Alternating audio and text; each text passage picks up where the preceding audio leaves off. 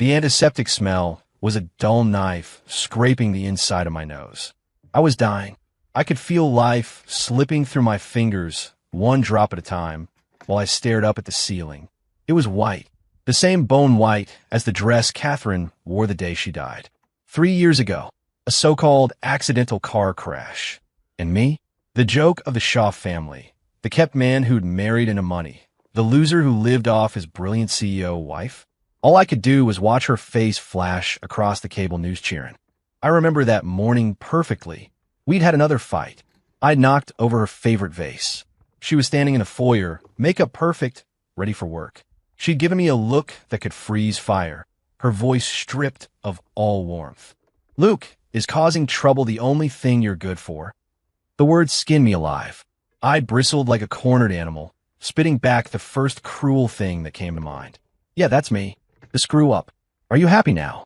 She didn't say anything else, but I saw something shatter behind her cool gray eyes. Then she turned and walked out the door. It was the last time I ever saw her. Afterward, David Sterling, the smooth, polished guy who was always by her side, the one I'd always been jealous of, took over everything. Her company, her corner office. He even hinted, more than once, that if it hadn't been for me, Catherine would have been his. He backed me into a corner, stripped away every asset of the Shaw family fortune, and had me thrown out of the house like a dog. He visited me in the hospital just before the end. He leaned in close, his voice a triumphant whisper only I could hear. "You know, Luke, the brakes on that car? I was the one who cut the line. I meant for it to be you, but then she decided to switch cars at the last minute. It all worked out, though. With her out of the picture, things went so much more smoothly." So that was it. That was the truth. Rage and regret erupted in my chest like lava, but I didn't have the strength to lift a single finger. As the world faded to black, my only thought was, if I could just go back, if I could just have that morning again, I wouldn't fight with her. I'd tell her I love her. I would stop her from leaving. "Luke," a woman's voice, sharp and cold as an icicle, stabbed into my ears. I shot upright, gasping, my body electric with shock. I wasn't in a hospital. There was no white ceiling.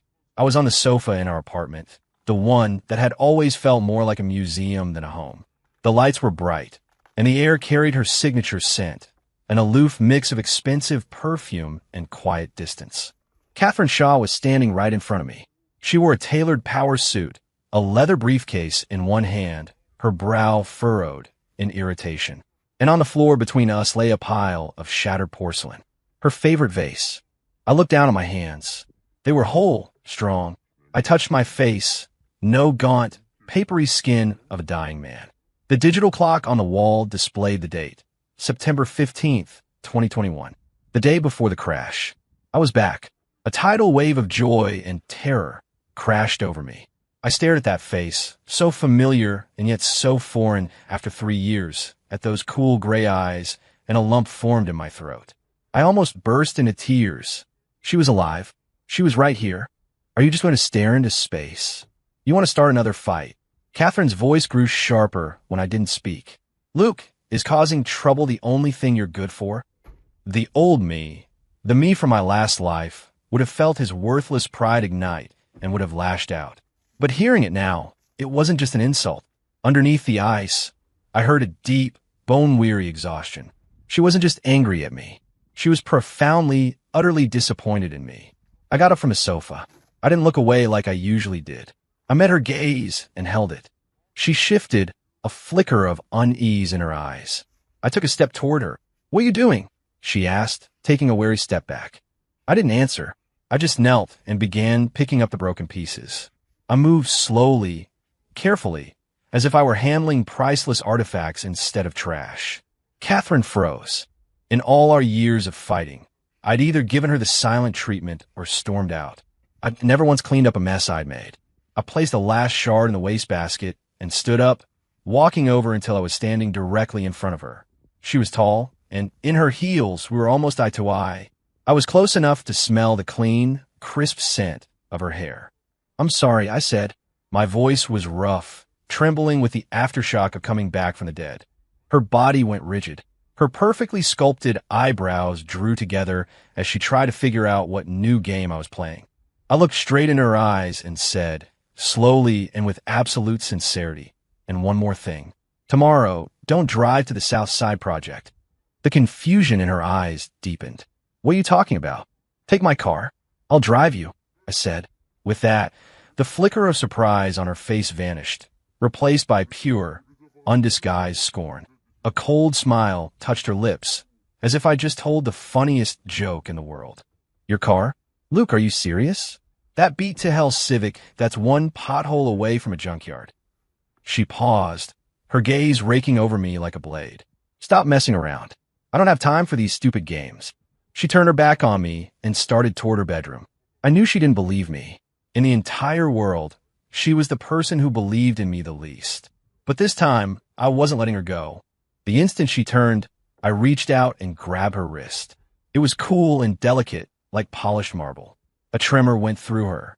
She spun back around, her eyes wide with shock and a hint of panic.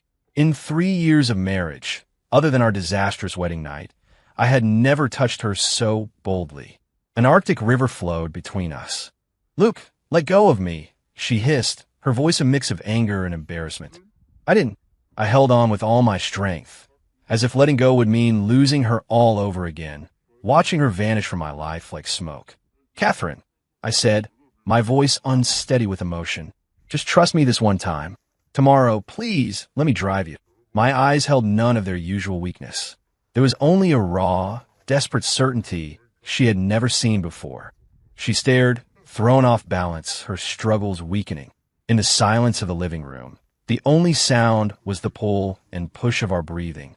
Finally, she broke. She looked away. You're insane. She spat the word out, yanked her arm from my grasp, and strode into her bedroom, slamming the door behind her. The sound echoed through the apartment like a gunshot. But I knew. The glacier she'd built around her heart now had a crack in it. I stood there, staring at the closed door, and slowly my hands tightened into fists. Catherine, in this life, I won't let anyone hurt you. And David Sterling, you'll pay back every debt with interest. I didn't linger. I went straight to the study. It was going to be a long night. I had work to do. The first step was to make David taste his own poison. In my last life, the police had ruled Catherine's death an accident. Brake failure, a truck driver asleep at the wheel. It was a perfect, tragic story. If David hadn't confessed at the end, I would have died believing the lie. He was meticulous, careful, and he was counting on me being the same emotional, predictable fool I'd always been. That was my greatest advantage. I booted up my laptop and pulled up the vehicle information for Catherine's red Porsche. It was a birthday gift from her father the year before, the car she drove most often. David would have targeted it. I didn't go down to the garage yet. It was too early. I needed to wait for the dead of night, when the security cameras recorded nothing but shadows. As I waited, I forced myself to calm down, to walk through every detail of my past life. What was David's endgame? At first, I thought he just wanted to get rid of me, his rival. But after Catherine's death, he'd moved so fast, consolidating power at Shaw Industries, using outside capital to sideline her family. His ambition was bigger than just a woman. He wanted the entire empire. So, was I really his primary target in the crash? A horrifying thought took shape in my mind. He'd said to me, I meant for it to be you, but then she decided to switch cars at the last minute. That morning, after our fight, Catherine had stormed out. Normally, she would have driven her own car. And if I had stormed out in a huff, I would have taken my old, beat-up Honda. So how could David have been so certain I would be the one driving her Porsche? Unless he created a reason that forced me to. My blood ran cold. In my past life, after I'd slammed the door, I'd gone down to the garage to find all 4 of my tires slashed. Blind with fury, assuming Catherine had done it in revenge, and desperate not to be late for a meeting I thought was important, I'd grabbed her spare key from the hook and taken the Porsche without thinking. The person who slashed my tires. It was David. He had counted on my short temper, my selfishness. He had set a trap, and the target, from the very beginning, was whoever left the apartment driving that red Porsche. Me or Catherine. If I died, he could play the comforting friend, the shoulder for her to cry on. If she died, he could step in as the grieving colleague and loyal second-in-command, the only one capable of holding the company together. Either way, he won. 1 stone, 2 birds. Cold-blooded genius. The realization left me slick with sweat. David, you're even more twisted than I thought. I took a deep breath, forcing down the hatred. Now, it was my turn to set the board. At 3 in the morning, the entire high-rise was silent. I changed into dark clothes, pulled on a beanie and a mask, and slipped into the service stairwell, avoiding the cameras on my way to the underground garage. The garage was empty, the motion sensor lights casting long shadows. There they were. Catherine's red Porsche, sleek and aggressive, just like her. And in a far corner, my old gray Honda Civic, looking apologetic just like me. I went to the Porsche first. Using the faint glow of my phone screen, I examined the brake system. It didn't take long to find it. A fitting on the brake line was almost imperceptibly loose. He'd already been here. He was fast. I didn't touch it. If I did, he'd know something was wrong. The trap had to remain set. Next, I went to my Honda. Slashing tires was amateur hour. I popped the hood and, with a pair of pliers, cleanly snipped a single, nondescript wire inside the distributor cap. The car was dead. It wouldn't turn over, but from the outside, it would look perfectly fine. I wasn't finished. Back in the apartment, I found David's number and, after a moment's hesitation, called him. It rang for a long time before he picked up, his voice thick with sleep, but layered with fake concern. Luke, it's late. Is everything okay? Did you and Catherine have another fight? Hearing that phony sympathy, I almost lost it, but I held it together. I pitched my voice low, full of defeat. David, yeah, we did. Look, the Southside Project meeting is tomorrow. I was thinking I'd drive her, try to smooth things over, but I let the sentence hang, injecting it with embarrassment. He was quiet for a second, then asked, his voice cautious, but what? Your car.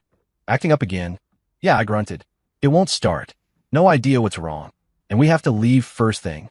No time to get it towed. In the darkness, I could almost see the smug smile spreading across his face. He thought I was the same pathetic loser, unable to handle the simplest problem, now coming to him for help. His voice immediately warmed. Hey, don't worry about it. That's an easy fix. I've got a spare Mercedes you can use. Just take it. The key is in the top drawer of my desk at the office. The code is Catherine's birthday. Grab it in the morning. I don't know, man. That's too much to ask, I said, pretending to refuse. Don't be ridiculous. We're friends. Anything for Catherine is anything for me. I'm happy to help you two patch things up. It's the right thing to do, he said, every word smooth and insincere. Okay, thanks, David. I owe you one. Don't mention it. Get some sleep. I hung up, the miserable act falling away from my face, replaced by an icy smile. David, you think you played every angle. You think I'm grabbing your keys like a lifeline. You have no idea that what you just handed me wasn't a key. It was a blade, and I'm going to use it to dig your grave. In my last life, my stupidity killed Catherine. In this one, I would use your arrogance to destroy you. This was a high-stakes gamble, my new life against your ruin, and I had no intention of losing. The next morning, I was up before the sun. Instead of sleeping in, I went to the kitchen. The fridge was mostly empty, but I found eggs, bread, and some scallions. I made 2 plates of scrambled eggs, perfectly fluffy, with a side of toast, and sprinkled the eggs with finely chopped greens. When Catherine emerged from her bedroom, dressed in a tailored beige pantsuit, her face a cool, impassive mask, the smell of cooking made her pause.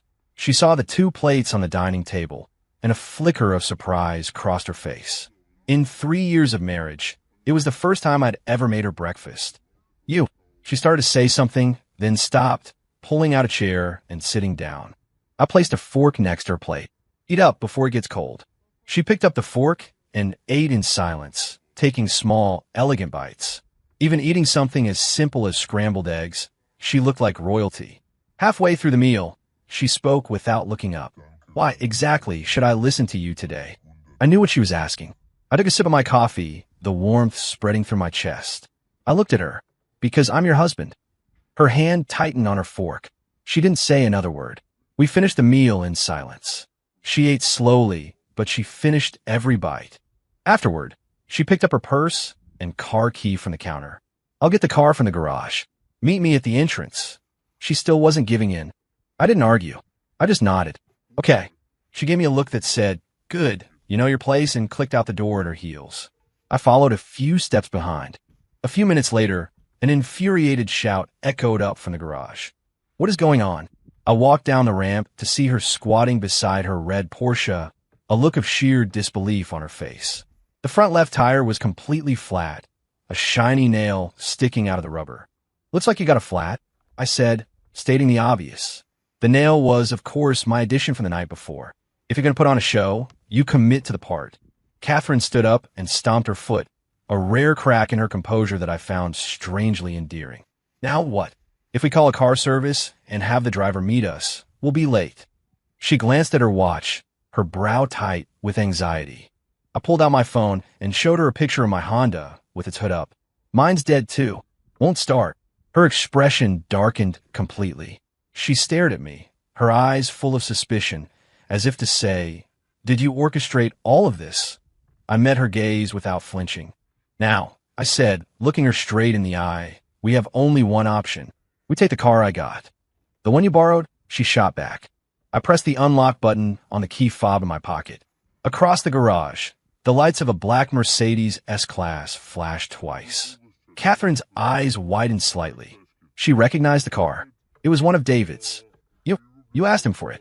Her voice was laced with astonishment. She knew David and I couldn't stand each other. My pathetic pride had never allowed me to ask him for anything. "To make sure you get there safely? I'd do anything." I opened the passenger door and gestured for her to get in. She stood there, staring at me for a solid 10 seconds, trying to read my face, but I gave her nothing but calm resolve. Finally, she gave in. She slid into the passenger seat, buckled her seatbelt, and said nothing. The car pulled smoothly out of the garage and into the rush hour traffic. I drove carefully, keeping a steady pace. I could feel Catherine watching me out of the corner of her eye. Today, to her, I was a complete enigma. I didn't care. My full attention was on the road, the clock, and the rearview mirror. In my last life, the crash happened at 9:15 a.m. on Lakeshore Drive, right at the downhill curve near the Oak Street bend. I watched the mirror, my heart starting to thud against my ribs. 9:10 a.m. We turned onto the drive. Traffic was light. The wind coming off the lake was cool and damp. "You're being very strange today," Catherine finally said. "Am I?" I smiled faintly. "How so?" "Everything," she said. I didn't reply. My focus was entirely on the small black that had just appeared in my rearview mirror. A heavy-duty dump truck. High cab, massive grille. A steel monster. It was here. My heart hammered against my ribs. My knuckles were white on the steering wheel. Even knowing what was coming, my body's primal fear was impossible to suppress. "Speed up. What are you crawling for?" Catherine urged, noticing my slowing pace. I ignored her, my eyes glued to the mirror. The truck was getting closer, and it wasn't slowing down at all. This was it. A split second before the truck's grill would have touched our bumper, I yanked the wheel hard to the right and stomped on the accelerator. The tires screamed in protest. The Mercedes fishtailed violently, sliding almost completely sideways as it shot across the lane and onto the emergency shoulder. "Ah!" Catherine cried out, thrown against her seat by the violent G-force. And in the instant we cleared the lane, crunch, an earth-shattering boom exploded behind us. The runaway dump truck, a 10-ton battering ram, roared through the exact spot we had just occupied and plowed directly into the concrete divider of the curve ahead. Metal shrieked and twisted. Debris rained down on the asphalt. The entire road seemed to shake. In the rearview mirror, I could see the truck's cab crushed like a soda can. It was exactly the same as before, except this time, we weren't the ones turned into scrap metal. The car was utterly silent, save for the frantic drumming of my own heart and Catherine's ragged, shallow breaths. Her face was ashen. She was still trembling, her body rigid with shock. She turned her head slowly, first to the horrific scene outside, then to me. She looked at me as if I were some kind of alien. Her lips moved, but no sound came out. I unbuckled my seatbelt, pulled a bottle of water from the glove compartment, twisted it open, and held it to her lips. "Here, drink some of this." My voice was steady, calm, with a gentleness I hadn't even realized I possessed. She didn't take it. She just stared at me, her eyes, usually so cool, now swirling with shock, terror, and a deep, bottomless confusion. It was a long time before she found her voice. When she did, each word was forced out from between clenched teeth. You knew this was going to happen, didn't you? She wasn't stupid. My behavior all morning, insisting on driving her, borrowing David's car, and now this. This miraculous, impossible evasion. It couldn't be a coincidence. I didn't confirm or deny it. I just reached over and gently wiped a bead of cold sweat from her temple. I looked her in the eyes and repeated what I had told her the night before. I told you, from now on, I'm in charge of keeping you safe. Then I picked up my phone and dialed 911. Yes, hello? There's been a major accident on northbound Lakeshore Drive. A dump truck lost control and hit the median. Also, I have reason to believe the braking system of the car I'm driving has been tampered with. Yes, the plate number is. I calmly recited the license plate. The car is registered to a Mr. David Sterling. In the passenger seat, Catherine flinched as if she'd been struck. She stared at me, a new layer of fear mixing with her confusion. Who are you? I could see the question in her eyes. How did you know? And why are you pointing all of this at David? The man she had dismissed for 3 years as her useless husband had, in the span of a single morning, become a stranger she couldn't begin to comprehend. The police were there in minutes. The drive was shut down. As the first witnesses on the scene, Catherine and I were taken aside to give our statements. I recounted the events exactly as they happened, making sure to emphasize that when I tried to brake before the swerve, the pedal felt mushy and unresponsive. A state trooper went to inspect the Mercedes. He was back in minutes, his face grim. Brake lines leaking. The coupling was deliberately loosened, he said, his voice low. This wasn't an accident. This was attempted murder. At the word murder, Catherine's body went taut. She glanced at me, her expression unreadable. I just looked calmly at the officer and asked the question I already knew the answer to. What about the truck driver? They're trying to get him out now, but it doesn't look good. We ran his plates. He's got a history of reckless driving, a couple of DUIs. Our working theory is he was paid to make this look like a tragic accident. Paid. It all fit. Naturally, the next question was about the car's owner. Is your vehicle, sir? An older detective asked me. No, I borrowed it from a friend, I replied. And your friend's name? David Sterling, I said, letting the name hang in the air. He's the executive vice president at Shaw Industries. He's my wife's, Ms. Shaw's, most trusted colleague. I put a slight, deliberate pause between wife and Ms. Shaw, packing the statement with implication. The detective wrote the name down in his notebook and confirmed they would be bringing Mr. Sterling in for questioning immediately. After we finished our statements, we were allowed to leave. The scene was a chaotic mess of flashing lights and twisted metal. We weren't getting to the south side today. I called an Uber to take us home. In the back of the car, Catherine was silent, staring out the window, lost in thought. I knew her mind must be a war zone. What she thought was a freak accident was now an attempt on her life. And the target wasn't a car belonging to David, her closest friend and confidant. The shock had to be overwhelming. When we got back to the apartment, she walked into the living room without a word and sank into the sofa. Her immaculate pantsuit was now wrinkled and smudged. I poured a glass of water and set it on the coffee table in front of her. Just rest. I'll handle things at the office, I said. She looked up, her gaze sharp. And how are you going to do that? I'm going to call Arthur Hansen. Let him know you're taking a few days off for personal reasons. As for the South Side project, it can wait. Hansen was the largest shareholder on the board outside of the Shaw family, an old friend of her father's and a decent man. Catherine didn't argue. Her mind was too frayed to deal with work. She just stared at me as if she were seeing me for the first time. Luke, what is it you really want? She finally asked. To protect you. I answered simply and directly. Protect me? A bitter, self-deprecating smile touched her lips. Like this? By accusing David? Luke, do you have any idea what you're doing? Do you know how important he is to the company? Without concrete proof, all you're doing is creating chaos. Her voice had regained its usual commanding, icy tone, but this time, I could hear the fear beneath it. She was terrified that all of this might actually be true. Proof? I let out a short, humorless laugh. Catherine, do you think the police are idiots? Tampered brakes on a car he lent me, and a runaway truck that just happens to be aiming for us? You don't think that's enough to start asking some hard questions? I paused, then walked over and knelt in front of her, meeting her gaze. Don't you get it? This was a trap set for you. If you had been driving your own car today, right now you'd be. I couldn't finish the sentence. The image of her mangled body from my past life flashed in my mind, and my heart seized in my chest. Catherine saw the raw terror in my eyes, the undisguised pain.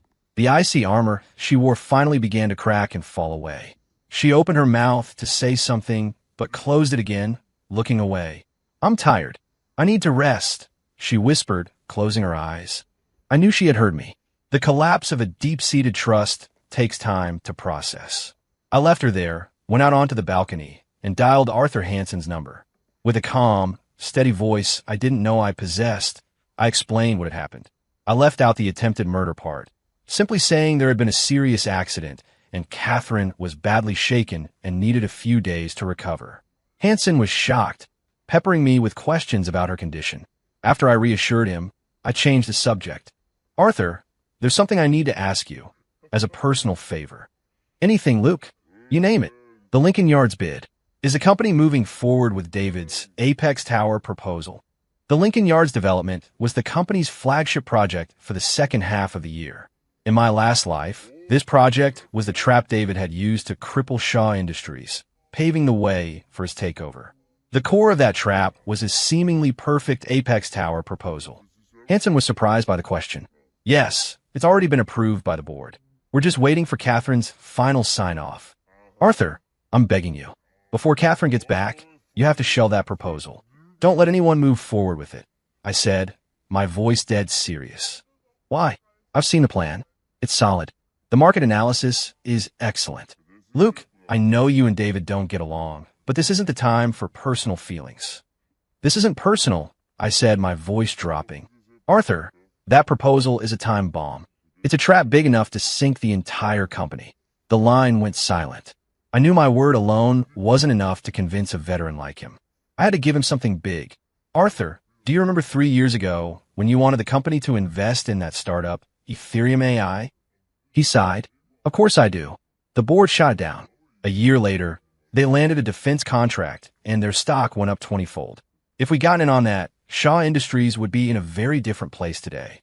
What if I told you that right now, there's an opportunity 10 times bigger than Ethereum AI? Would you believe me? Oh, I had his interest. I lowered my voice and said 4 words, quantum light photonics. On the other end of the line, Hansen's breathing hitched. Quantum light? The R&D outfit that's still in the lab phase? They haven't even produced a working prototype. Luke, where are you hearing this? This is no joke. I'm not joking, I said, my voice filled with unshakable conviction. Within 1 month, Quantum Light will announce a major technological breakthrough, certified by a national lab. Within 3 months, they will secure their first military contract. Within 6 months, their market cap will eclipse what Ethereum AI is worth today. These were not predictions.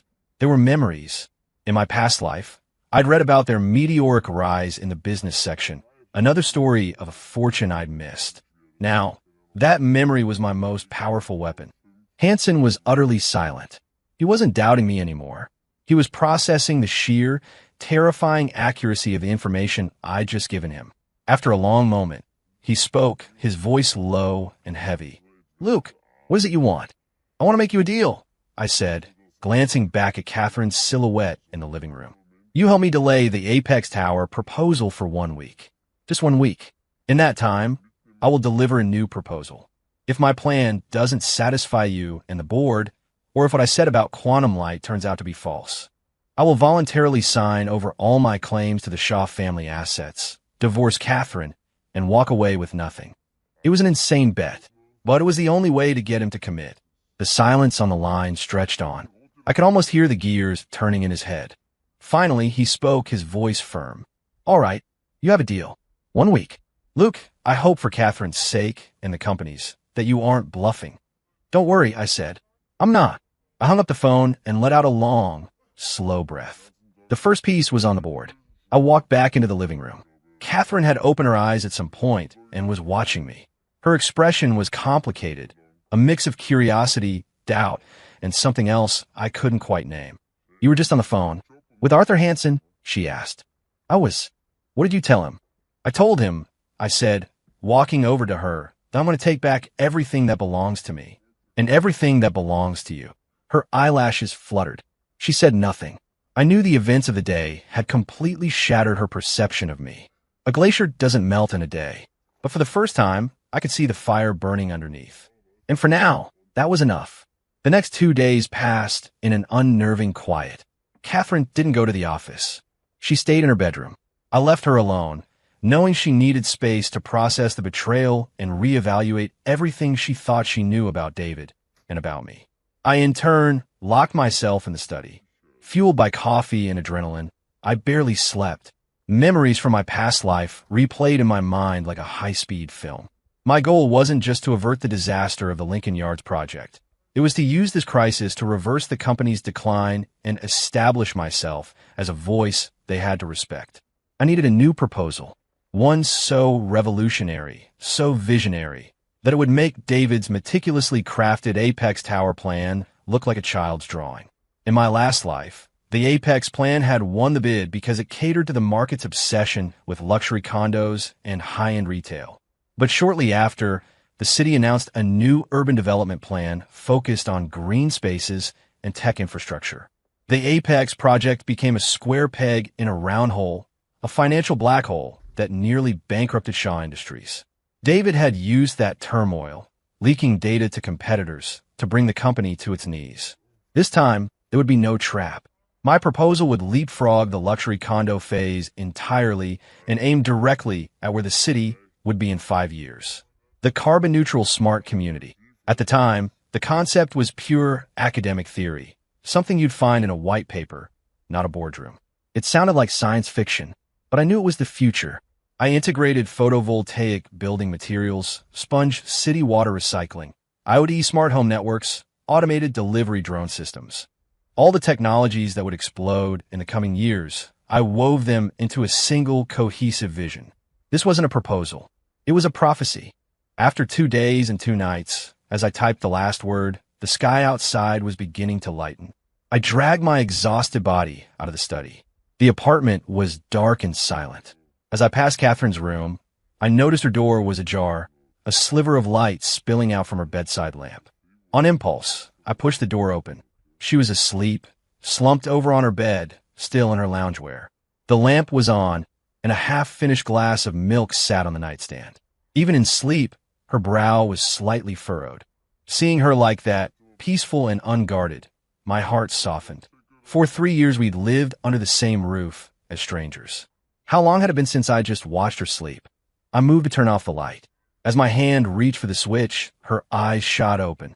She saw my face, inches from hers, and her body recoiled, a jolt of pure alarm. What are you doing?" she stammered, her voice raspy with sleep and fear. My hand froze in midair. It felt like a needle to the heart. Of course, to her, I was probably no different from an intruder. A useless husband who had suddenly become a different person, a man who knew things he shouldn't, a man who might be using her. I lowered my hand and pointed to the lamp. "It was on," I said softly. "Didn't want it to wake you." She glanced at the lamp, and the wariness on her face subsided slightly. "Oh, I must have fallen asleep reading." I nodded and turned to leave. "Luke," she said suddenly. I stopped and looked back. She was sitting up, hugging a pillow. The warm light softened the angles of her face. She hesitated. Have the police contacted you?" "They called yesterday," I said. "They brought David in for questioning. He denied everything. Said he has no idea what happened to the car after he lent it to me. The truck driver is still in the ICU. He hasn't woken up.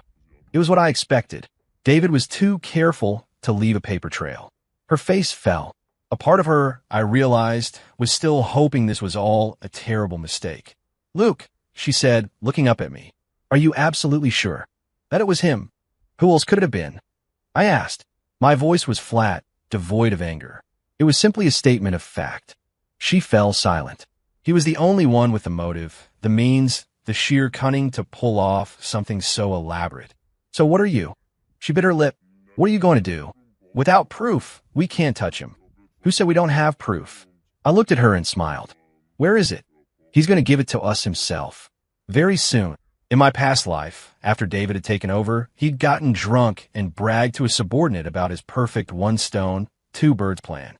That same subordinate later turned on him over money. This time, I just needed to accelerate the timeline. And the catalyst was the proposal in my hand. Catherine was confused, but seeing the confidence on my face, she didn't press. You. She looked at my bloodshot eyes, the exhaustion etched onto my face. Her voice softened. You haven't slept at all, have you? I was taken aback.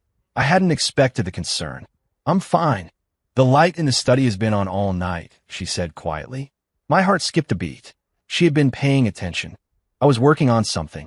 I went back to the study and returned with the stack of freshly printed pages. Here, take a look. What is this? She asked, taking the document. When she read the title, The Carbon-Neutral Smart Community, a new proposal for the Lincoln Yards development, her eyes widened. She turned the first page, and her breath caught. She was looking at a rendering of a futuristic cityscape that seemed pulled from a movie. She flipped through the pages, her expression shifting from curiosity to shock, and finally, to utter disbelief. Photovoltaics, water recycling, smart logistics, community health clouds. Every concept was a bomb detonating in her carefully ordered world. You did this? She asked, her voice trembling as she looked up. I did. That's impossible, she blurted out. None of this is feasible. The concepts are too advanced, the technology isn't mature, and the cost. It would be astronomical. This isn't a business proposal. It's a science fiction novel. Her reaction was exactly what I'd expected. Any sane business person would dismiss it as fantasy. Don't write it off just yet, I said calmly. Look at this. I pulled a single sheet from the back of the proposal and handed it to her. It was a list of a dozen or so small, obscure tech companies. What are these? These are the key suppliers who hold the patents for every piece of technology in that proposal. I pointed to one named Microloom Tech. These guys, for instance, they have the most advanced flexible solar film technology in the country. They're losing money now, but in 6 months, they're going to land a massive contract from the Middle East, and their valuation will increase tenfold. I pointed to another, Aura IoT, and them. In 3 months, their networking protocol is going to be adopted as the new national standard for smart homes. With every name I mentioned, the color drained from Catherine's face. She had never heard of any of them, and my predictions, precise down to the month, sent a chill down her spine. How do you know all of this? She looked at me, and the expression in her eyes was no longer confusion. It was fear. A man who knows the future. That's more dangerous than any business tactic. I didn't answer her question. The secret of my rebirth was my ultimate trump card. I couldn't tell anyone, not even her. I just looked her in the eye and said, Catherine, you don't need to know how I know. You just need to make a choice. Do you believe me or not? The room was silent for a long time. She looked down at the proposal, then back up at me, her eyes a storm of conflict. To trust me meant throwing out everything she knew about business and betting the farm on an impossible future. To not trust me meant, what? What did that make this strange, unknowable man who was suddenly her husband? Finally, she let out a long breath, as if she'd made the most difficult decision of her life. She stacked the pages neatly, placed them on the coffee table, and stood up. Tomorrow morning, 10 o'clock, board meeting. You're coming with me. And with that, she turned, walked back in her bedroom, and closed the door. I stood there, a slow smile spreading across my face. I had won the bet. The glacier was finally starting to open up for me, and that was all the leverage I needed to move the world. The next morning, at 9:30, the top floor boardroom of Shaw Industries was filled with somber suits. The board of directors and senior executives were all there, their faces grim. To the left of the chairman's seat sat Arthur Hansen, his hair thinning, but his eyes sharp. Directly across from him sat a man in his early 30s, wearing thin, gold-rimmed glasses, the picture of refined intelligence. David Sterling. He looked tired, with faint dark circles under his eyes, but he was holding it together. When Catherine and I walked in, his smile froze for a fraction of a second before snapping back into place. Catherine, are you feeling better? I heard about the accident. I was so worried, he said, standing up, his voice dripping with concern. His eyes flicked from her to me, and a flicker of pure venom crossed his face before vanishing. I'm fine. Thank you for asking, Catherine said, her tone neutral. She walked directly to the head of the table and sat down. I took the seat right beside her. That seat was reserved for the highest level of the executive team. My move drew the eyes of everyone in the room. There was surprise, confusion, but mostly there was contempt. Everyone knew Luke Miller, the useless husband who was nothing more than a parasite. Why did he have to sit there? Catherine, is this? One of the board members began, gesturing toward me. Before she could answer, David jumped in, feigning surprise. Luke, I think you're in the wrong seat. This is a formal board meeting. He trailed off, but his meaning was clear. You don't belong here. I ignored him, calmly picking up my water glass. All eyes turned to Catherine, expecting her to put me in my place. But what she said next stunned the entire room into silence. She looked around the table, her voice clear and absolute. From this day forward, Luke will be acting as my special advisor. He will have full authority to represent me in all project decisions for the company. She paused, then added a final, devastating blow. He is not only my advisor, he is my husband. His voice is my voice. The room erupted in hushed, frantic whispers. Everyone looked at her as if she'd lost her mind. Let this kept man make decisions? Had the crash given her a concussion? The smile completely vanished from David's face. He looked from Catherine to me, his eyes burning with a jealousy so raw it was almost palpable. Catherine, are you insane? He doesn't know the first thing about business. He can't even read a balance sheet. Are you trying to destroy Shaw Industries? He sputtered, losing his composure. I know exactly what I'm doing. Catherine's voice turned to ice. Mr. Sterling, watch your tone. This is a board meeting. David was left speechless, his face turning pale. Arthur Hansen cleared his throat. All right, let's settle down. It's Ms. Shaw's decision. We should respect it. Let's begin. With Hansen backing her, the rest of the board reluctantly fell silent. The meeting began, and the agenda quickly turned to the Lincoln Yards project. David immediately took the floor, launching his presentation on the Apex Tower. Ladies and gentlemen, the Apex proposal is the result of 3 months of intensive work, market research, and data analysis. We project that upon completion, this project will generate a profit of at least $500 million for the corporation within 3 years. He was in his element, painting a picture of a glorious future. Several of the board members nodded in approval. Only I, watching the slick graphics and inflated numbers on the screen, allowed myself a small, cold smile. When David finished his grand speech, basking in the anticipated applause, I set my glass down on the table with a soft click. The sound cut through the room. Mr. Miller, do you have a different opinion? Arthur Hansen prompted, looking at me. All eyes turned to me. David crossed his arms, a smirk on his face, as if to say, let's hear what this idiot has to say. I stood up and walked to the front of the room. Mr. Sterling's proposal is beautiful, I began, my voice even, but with all due respect, it's completely worthless. The temperature in the room dropped to freezing. Luke, what the hell are you talking about? David shot to his feet, pointing a finger at me. What gives you the right to criticize my work? What do you know? It's not about what I know, I said, looking back at him with something like pity. It's about what's coming. And if this company follows your plan, within 2 years, we'll be bankrupt. You're lying, slandering me. David was shaking with rage. We'll see about that. I ignored him, inserting a flash drive into the laptop. The Apex Tower vanished from the screen, replaced by the title page of my proposal, the carbon-neutral smart community. When the futuristic rendering of the community appeared on the screen, the room went silent. What is this? A board member whispered. This, I said, picking up the laser pointer, is the future. For the next hour, I held the room captive. I didn't talk about abstract theories. I talked about the future as if it were the past, laying out a timeline of policy changes, technological breakthroughs, and market shifts. Within 6 months, the city is going to pass the strictest carbon emissions regulations in the country. Any energy-inefficient construction will be halted indefinitely. Mr. Sterling's massive retail complex will be the first to go. Within a year, the federal government will elevate green energy and sustainable architecture to a national strategic priority. The photovoltaic materials in my proposal will be eligible for massive federal subsidies. Within 18 months, the current luxury real estate market will collapse. High-end condos will be a dime a dozen. The new luxury will be homes that are healthy, technologically integrated, and environmentally conscious. With every point I made, the faces in the room grew more serious. David's face grew paler. What I was saying was outside their experience, but I delivered it with such conviction, with such specific detail, that it was impossible to dismiss. Arthur Hansen was looking at me not with curiosity, but with awe.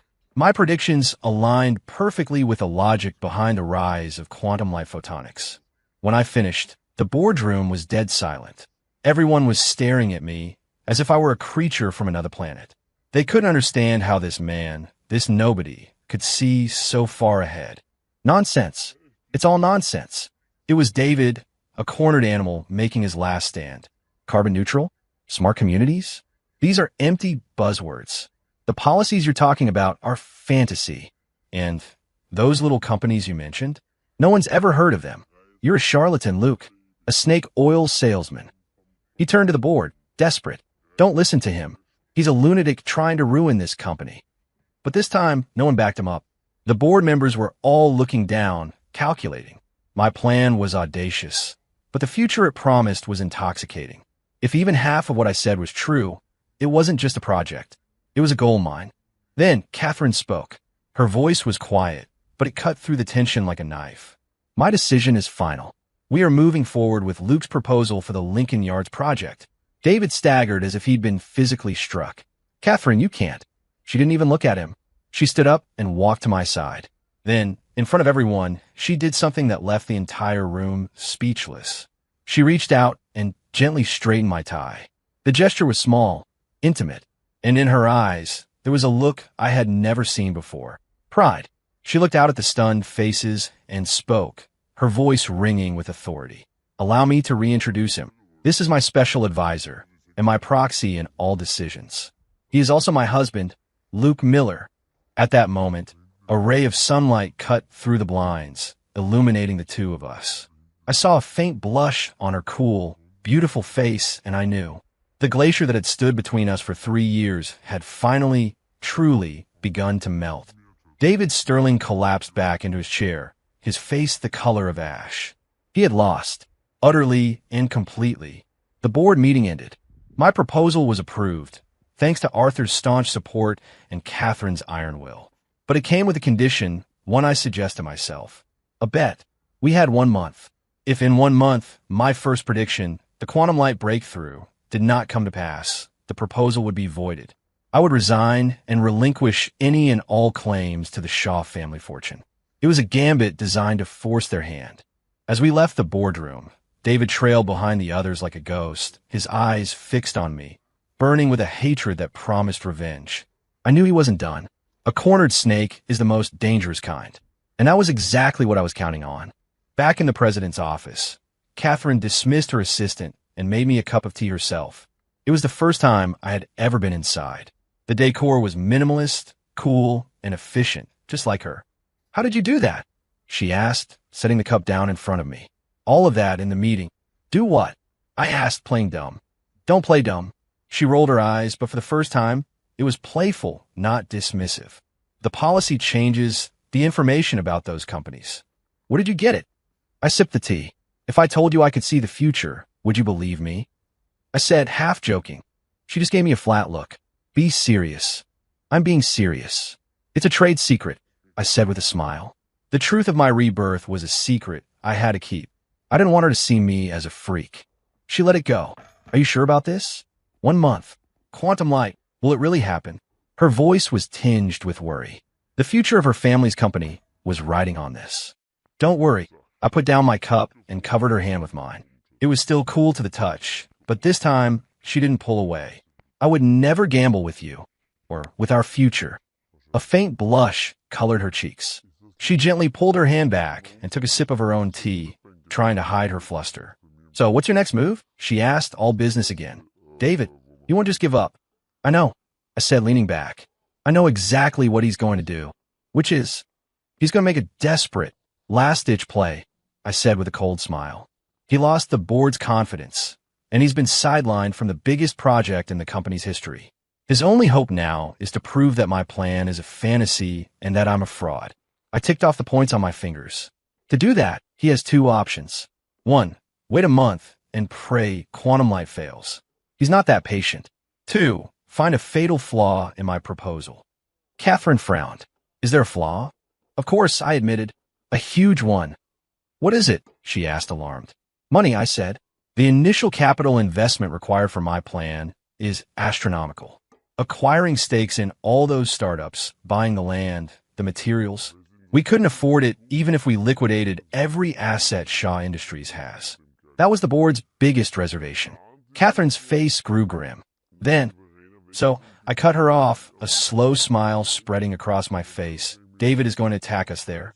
He'll rally the directors who already hate me, using fiscal responsibility as his weapon. And he'll call in every favor he has in the banking world to make sure every line of credit we have dries up. Then what do we do? She asked, her voice tight with anxiety. Don't worry, I said, patting her hand. This is exactly what I want. What you want? Yes, I said, my eyes locking with hers. I want him to think he has me cornered. I want him to believe that if he can just cut off our cash flow, he'll win. I need him to push all his chips onto the table. And then, I said, a glint in my eye, I'm going to show him that the powerful friends he's relying on are a house of cards, ready to collapse. In my past life, in the years after David had ruined me, I learned a few things about the city's underbelly. I knew which powerful bank presidents had secrets they'd kill to protect. I knew which investment gurus were really just one step ahead of bankruptcy. These were the people David trusted, and they were about to become my weapons. Catherine, for the next few weeks, I need you to do nothing, I instructed. No matter what David does, no matter what rumors you hear, just ignore them. Sit back and enjoy the show. She looked at my confident face, still confused, but she nodded. She was choosing to trust me again. The next few days unfolded exactly as I predicted. David went on the offensive. He spread rumors throughout the company that I was a lunatic, that my plan would bankrupt them, that Catherine was under my spell. He held secret meetings with board members, trying to build a coalition to force a revote. Soon enough, the CFO reported that our applications for bridge loans at 3 different banks had all been mysteriously denied. The storm clouds were gathering over Shaw Industries. The consensus was that I had finally overplayed my hand, and that Catherine's reign as CEO was about to come to a crashing end. Through it all, I acted as if nothing was wrong. I showed up at the office, read the Wall Street Journal, and drank tea. Catherine was putting on a brave face, but I could see the strain. Finally, one afternoon, she burst in my office. Luke, what are you waiting for? Our credit lines are frozen. We're about to run out of cash. She slapped a financial report down on my desk, her hand trembling. I put down my paper and smiled at her. Don't worry. The fish is about to take the bait. What fish? Just then, there was a knock on the door. It was Catherine's assistant, Ms. Shaw. Mr. Miller. Mr. Sterling is here to see you. He says he has a solution to the company's funding problem. Showtime. I glanced at Catherine. She looked stunned. I gestured for the assistant to let him in. A moment later, David walked in, the picture of magnanimity. The defeated look was gone, replaced by his usual smooth, confident smile. Catherine, Luke, he said, as if we were all the best of friends. What can we do for you, David? I asked dryly. He sat down and placed a briefcase on the table, opening it to reveal a thick contract. I heard the company was having a little trouble with cash flow, he said with a benevolent smile. The Lincoln Yards project is too important to let a little funding issue get in the way. Don't you agree, Luke? The man was a hell of an actor. So, I prompted. So, I called in a few favors. I found us an investor. He slid the contract across the table. Sterling Cross Capital. They're prepared to invest $300 million to fund the initial phase of the project. Sterling Cross Capital. A real smile touched my lips. In my past life, Sterling Cross was the vulture fund David had partnered with to short Shaw Industries stock into oblivion. He was running the exact same play. Did he really think I was that same clueless idiot? Oh, and what are their terms? I asked, feigning excitement. Very simple. David's smile finally showed its teeth. They want a 30% equity stake in the project, a permanent seat on the oversight committee, and unilateral veto power over all expenditures. It wasn't an investment. It was a hostile takeover. Catherine's face went cold. She opened her mouth to refuse, but I put a hand on her arm, stopping her. I shot to my feet. my face a mask of ecstatic disbelief. 300 million. David, this is incredible. You're a lifesaver. I grabbed his hand and shook it vigorously. On behalf of the company, on behalf of Catherine, thank you. You've saved us. My over-the-top reaction left both of them speechless. Catherine stared at me like I'd grown a second head. David's face was a mask of smug satisfaction. He thought the dumb jock had been so dazzled by the big number that he'd lost his mind. "Ha. Well, anything for the company, Luke," he said magnanimously. "What are we waiting for? Let's sign it right now," I said, grabbing the contract eagerly. "Wait." Catherine finally found her voice, snatching the papers out of my hand. "Luke, have you lost your mind? We can't agree to these terms." "Why not?" I asked, turning to her with a look of pure innocence. "It's money, Catherine. We need it."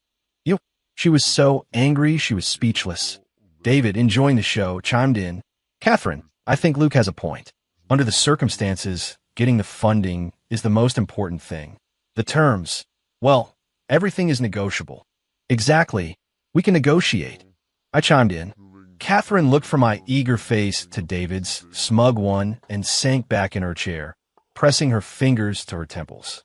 She had no idea what I was doing. "Excellent. Since Luke is on board, I'll consider it settled," David said quickly before I could change my mind. "I'll call Mr. Vance at Sterling Cross and set up a signing ceremony as soon as possible." He stood up, beaming, and strode out of the office, the victor. The moment the door closed, Catherine was on her feet. "Luke, what in God's name are you playing at? You're inviting the wolves into the hen house," she hissed. The ecstatic grin fell from my face, replaced by calm, cold resolve. I took her hand and gently guided her back to her seat. I held up the contract. Who's the wolf and who's the hunter remains to be seen. I pointed to the name on the contract, a cruel smile playing on my lips. David thinks he just handed me a dose of poison. He has no idea he just signed his own death warrant. The fish was on the hook. It was time to reel him in. 3 days later, the signing ceremony between Shaw Industries and Sterling Cross Capital was held in the grand ballroom of the city's most luxurious hotel. David had orchestrated the entire affair, pulling out all the stops. He'd invited every major financial news outlet and a who's who of the city's business elite. He was positioning himself as the savior of Shaw Industries, the man who cleaned up the mess made by the CEO's foolish husband. Before the ceremony, Catherine and I were in a private suite. She looked stunning in a silver evening gown, but her face was etched with worry. "Luke, this is too risky," she said, pacing. "I've had my people look into Sterling Cross. Their reputation is aggressive. Once we sign this, we lose control of the project." I straightened my tie in the mirror and smiled at her reflection. "Don't worry. They aren't the stars of today's show." "Then who is?" "You'll see." I offered my arm. "Shall we, Ms. Shaw?" She hesitated for a moment, then placed her hand on my arm. Together, we walked into the ballroom. It was a chaotic sea of flashing cameras and champagne glasses. David was at the center of it all, holding court with a group of reporters. The head of Sterling Cross, a portly man named Robert Vance, stood beside him, grinning.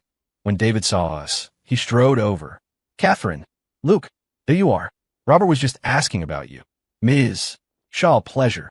I've heard so much about you," Vance said, extending a fleshy hand toward Catherine. I stepped forward, smoothly intercepting the handshake. "Mr. Vance, Luke Miller." A flicker of annoyance crossed Vance's face before being replaced by a greasy smile. "Ah, the man with a visionary plan. A bold move, sir, a bold move." The compliment was barbed with sarcasm. "I just got lucky," I said with a humble smile. After a few minutes of false pleasantries, the ceremony began. The four of us sat at a long table on a raised dais. Below us, hundreds of eyes and cameras were trained on us. David gave a rousing speech about the bright future of Shaw Industries, shooting a triumphant look my way. I just smiled back. Finally, the moment of truth. The MC announced, and now, will the representatives please sign the official agreement? Contract were placed before us. David and Vance signed with a flourish. All attention turned to us. I could practically see the headlines. Kept husband sells out company for quick cash. Ice Queen CEO ousted. Catherine's hand trembled as she picked up her pen. She looked at me, her eyes wide with desperation. I gave her a subtle, reassuring nod and picked up my own pen. Just as the nib was about to touch the paper, "Stop!" A commanding voice boomed from the back of the ballroom. The entire room fell silent. Every head turned. Striding through the entrance was an elderly man in a sharp, dark suit. He was flanked by several grim-faced men who had FBI emblazoned on their jackets. At the sight of the old man, the color drained from Robert Vance's face. Sweat beaded on his forehead. David just looked confused. A murmur went through the crowd. Is that Arthur Covington from the Treasury Department? What's he doing here?" Catherine recognized him too. "That's Secretary Covington." "What's going on?" she whispered. I put down my pen and stood up, a calm smile on my face. It was time to land the whole school of fish. Covington marched directly to the stage. His sharp eyes landed on Robert Vance, who was now visibly trembling. "Robert Vance," Covington said, his voice quiet but carrying the weight of absolute authority. Mr. Secretary," Vance stammered. "Sterling Cross Capital, under investigation for 37 counts of bank fraud, totaling over $1.2 billion, as well as the operation of 26 shell corporations for the purposes of money laundering. Do you deny these charges?" With every word, Vance seemed to shrink. Finally, his legs gave out, and he collapsed in his chair, his face a deathly gray. The ballroom was in a state of shock. Sterling Cross, a titan of finance, was a criminal enterprise? David looked like he'd been struck by lightning. He stared at Vance, then at me, his mind unable to process what was happening. "Take him away," Covington said with a wave of his hand. 2 FBI agents moved forward and hauled Vance to his feet. "It wasn't me. It was Sterling," Vance suddenly shrieked, pointing a trembling finger at David. "He came to me. He had a plan to short Shaw Industries stock. He promised me a 30% cut. It was all him." The room exploded. Every camera, every eye, swiveled to David Sterling. The blood drained from his face. "No, he's lying. I didn't," he cried, but his panicked voice betrayed him. "Take him as well." For questioning, Covington ordered. As the agents closed in, David completely lost it. He pointed at me, his face contorted with hate. "It was him. Luke. He set me up. This was all his plan." But no one was listening. A pathetic, washed-up house husband orchestrating a federal takedown of a major investment firm? It was laughable. As he was dragged from the ballroom like a common criminal, I watched him go, my expression unreadable. "David, for what you did to Catherine, to her father. This is just the beginning." When the chaos died down, Secretary Covington approached me. He studied me for a long moment, then a slow, knowing smile spread across his face. "Well played, Mr. Miller. I was just doing my civic duty, Mr. Secretary," I said modestly. 3 days earlier, I had anonymously submitted a file to the Treasury Department, detailing the criminal enterprise of Sterling Cross Capital, complete with evidence of their past crimes and details of the crimes they were about to commit. A man like Covington knew exactly what to do with that information. "The lead engineer at Quantum Light Photonics is a former student of mine," Covington said casually. "He called me last night, couldn't stop talking about a revolutionary breakthrough they'd just had in the lab." He looked at me, his eyes full of admiration. "That news isn't public yet. So tell me, Mr. Miller, how did you know about a month ago?" The question I had been waiting for. Beside me, I could feel Catherine hold her breath. I met the old man's gaze and smiled. "Mr. Secretary, perhaps you've heard of an anonymous investor who goes by the name Oracle?" Covington's eyes widened in genuine shock. "Oracle?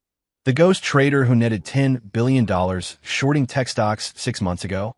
The one nobody can identify?" "The one and only," I said calmly.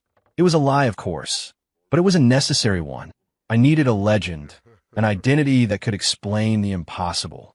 A mythical god of finance was the perfect cover. Covington stared at me for a long moment, then let out a deep laugh. "Well, I'll be damned. The younger generation truly is something to behold." He clapped me on the shoulder.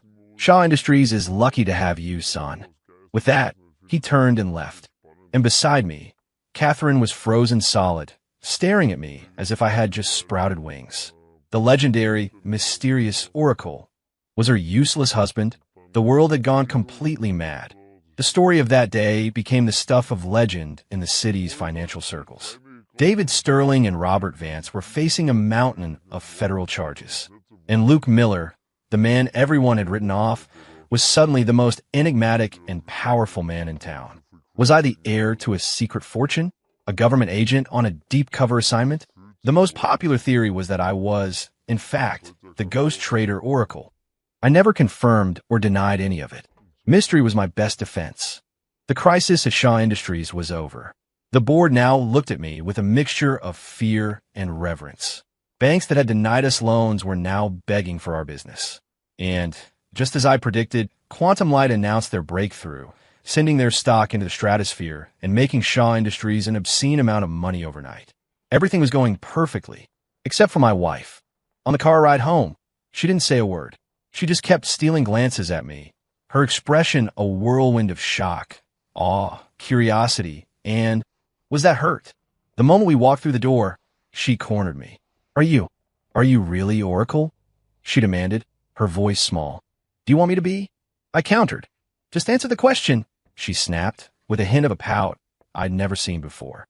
I saw the shimmer of tears in her eyes, and my heart ached. The lie had been necessary, but it had shaken her to the core. The man she had spent 3 years looking down on had suddenly become a giant. I didn't answer. I just pulled her in my arms. She stiffened, but I held her close. Catherine, does it matter who I am? I whispered into her hair. All that matters is that I'm here now, and I will never, ever let anyone hurt you again. I felt her defenses crumble. She relaxed against me, her body going soft in my arms. A moment later, I felt a damp spot spreading on my shirt. She was crying, silently. In 2 lifetimes, I had never seen her cry. The glacier had a molten core after all. I just held her, stroking her back, letting her finally release the fear and confusion and pain of the last few years. That night, we talked for hours. I didn't tell her about being reborn. I just fleshed out the story of Oracle, of an anonymous trader who had grown tired of the game and just wanted a quiet life. She believed me, or at least she wanted to. So you were lying to me? For 3 years, she asked, her eyes still red. She punched me lightly on the chest. Not lying, I said, catching her hand and kissing her knuckles. Just conducting an experiment, to see if you could fall in love with me even when I had nothing. You're infuriating, she mumbled, blushing, trying to pull her hand away. So what was the result? I pressed. The result, she said, turning her head away to hide a smile, is that you're a big, fat liar. The river of ice that had flowed between us had finally thawed. Without David, without the misunderstandings and my own crippling insecurity, our relationship began to bloom. I made her breakfast every morning. She started waiting up for me when I worked late. We talked about our days. I learned that beneath her cool exterior was a warm, thoughtful woman who was just terrible at expressing it. I used my memories of her to do small things, bringing her the almond croissants from the little bakery in Lincoln Park she secretly loved, having a hot water bottle and tea ready for her when her cramps were bad.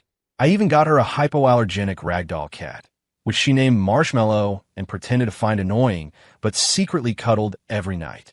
Her gaze softened from awe to affection, and then to love. The transformation was not lost on the employees at Shaw Industries, who were flabbergasted to see their ICE Queen CEO positively glowing. With the Lincoln Yards project running smoothly under Catherine's brilliant management, I had become happily obsolete. One afternoon, as I was lounging in my office, she came in, looking radiant in a white sundress. Slipping off again, Mr. Chairman, she teased. With a CEO this capable, I can't afford to, I said, pulling her down onto the sofa beside me. She leaned her head on my shoulder. Luke, she said softly. Thank you. For what? For not giving up on me, she whispered. If you had walked out that morning, like you always did, she didn't need to finish. I knew. We would have been lost to each other forever. I turned and looked at her, my heart filled with a gratitude so immense it almost hurt. Never, I said, cupping her face in my hands. I told you, I almost lost you once. I will not let it happen again. What did you mean by that? She asked, her eyes searching mine. When you said you almost lost me once. What really happened, Luke? I knew I couldn't evade it any longer. It was time for a version of the truth she could accept. I took a deep breath. Catherine, do you believe in dreams? I told her everything, framing it as a vivid, terrifying nightmare. I told her about my dream of our broken marriage, the fight, her death, David's confession, and my own miserable end in a lonely hospital bed. As I spoke, her face grew pale, her eyes wide with a dawning horror. She wasn't listening to a story. She was living my trauma. "It was just a dream, right?" she asked, her voice trembling. I looked at her, my own eyes filled with the ghosts of my past. "What if it wasn't, Catherine?" And in that moment, she understood. She understood the sudden change in me, the impossible knowledge, the burning hatred for David. She understood that, in some way she couldn't explain, I really had lost her once. A single tear fell from her eye, then another. She collapsed into my arms, sobbing. "You idiot," she cried, pounding on my back. "Why didn't you tell me? Why did you let me misunderstand you for so long?" All I could do was hold her and whisper, "I'm sorry," over and over again. In that moment, the last wall between us crumbled to dust. Later, curled up against me, she asked, "So, the Oracle story was a lie too?" I had the grace to look embarrassed. A bit of creative license. She actually laughed through her tears and playfully punched my arm again. "Liar.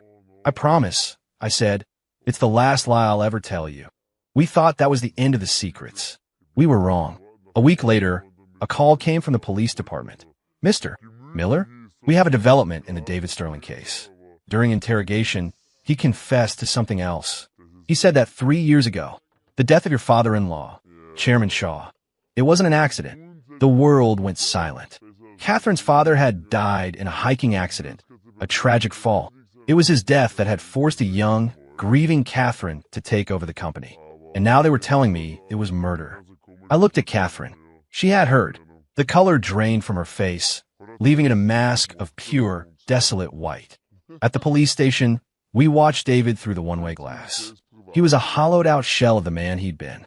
He confessed to everything, the lead detective told us. He tampered with your father's hiking pole. The locking mechanism failed at a critical moment on a steep climb. "Why?" Catherine whispered, her voice cracking. "Jealousy," the detective said grimly. "Your father had just told him that he'd chosen you to marry Catherine. He saw you as an obstacle. He figured if your father was gone, Catherine would be forced to rely on him.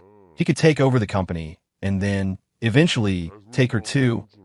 I finally understood the true depth of his evil. It wasn't just about me or the company. It had started years before, with the murder of the man who had trusted him. Catherine completely broke down. The man who had killed her father, the man who had almost killed her, was the same man she had trusted as her closest friend for 3 years. That night, she locked herself in her father's old study. When she finally came out, hours later, her eyes were red, but her gaze was clear. She was holding a photo of her and her father. "He always liked you, she said, her voice quiet. "He told me that all the other young men he met had ambition in their eyes. But yours. He said your eyes were kind. He said he knew you would always be good to me. That's why he could rest easy." My own eyes filled with tears. I had spent my first life thinking her father saw me as a pawn, and I had utterly failed him. "I'm so sorry," I choked out. "I'm the one who's sorry," she said, tears streaming down her own face. "I never trusted his judgment. I never tried to see the man he saw. I almost lost you." She put down the photo and wrapped her arms around me, holding on tight. "Luke," she whispered into my ear, Can we start over? For real this time?" I kissed the tears from her eyes. "I thought we already had." "No." She shook her head, her gaze serious. "I mean right now, as if we just met." She pulled back and extended a hand. "Hello, my name is Catherine Shaw." I took her hand, this woman I had loved across 2 lifetimes, and smiled. "It's a pleasure to meet you, Ms. Shaw. My name is Luke Miller, and I'm going to be your husband." The trial was swift. David Sterling was found guilty on multiple counts, including murder, and was sentenced to death. With his execution, the ghosts of the past were finally laid to rest.